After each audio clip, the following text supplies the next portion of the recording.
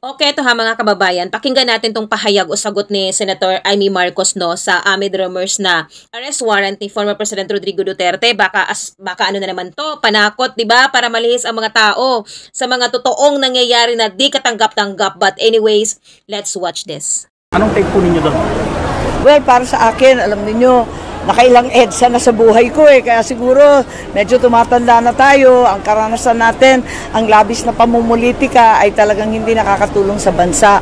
Nag-uumpugan lang yung mga may kapangyarihan, ang mga sikat na politiko, nagbabanatan, panahon ng eleksyon ngayon. Pero ang kawawa lagi ay ang sambayanan, hindi natututukan ang problema ng bayan. Ito, yung problema pa rin natin, yung mahal na bilihin, ang gasolina na walang pawi, ang pagtaas, at ang kakulangan ng trabaho at sapat na sahod. Lahat yan ang tunay na problema natin. Sana tutukan na lamang yan. At yung pamumulitika, isang tabi na muna.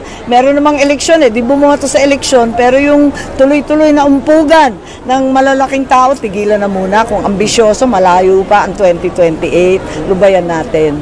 Pero paano po yung realidad po in the event na talagang meron na nga ho talagang ilalabas na... Wala, nabasa ko lang sa dyaryo, mahirap mag-comment kung spekulasyon lang yon, kung fake news or panindak lang, hindi ko alam Kaya ayokong mag-speculate, pero sa kabila nun, ayoko talaga ng gulo. Ayoko ng ICC, ayoko ng impeachment, pero sa kabilang dako, ayoko rin ng destabilization ni Bongbong, yung coup d'etat, yung RevGov, ayoko ng gulo Parang nalipas na yan hindi na uso yan paulit-ulit na yan, parang siklo na yan sa ating kasaysayan, hindi pa tayo nadadala.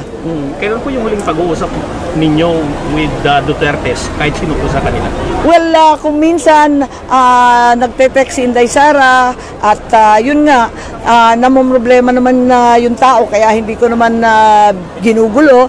Tapos si Presidente Duterte nasa Davao naman, nagsalising nga kami, kahapon nandun ako, yun pala nag-Hong Kong. Thank you, Senator. Thank you, Senator.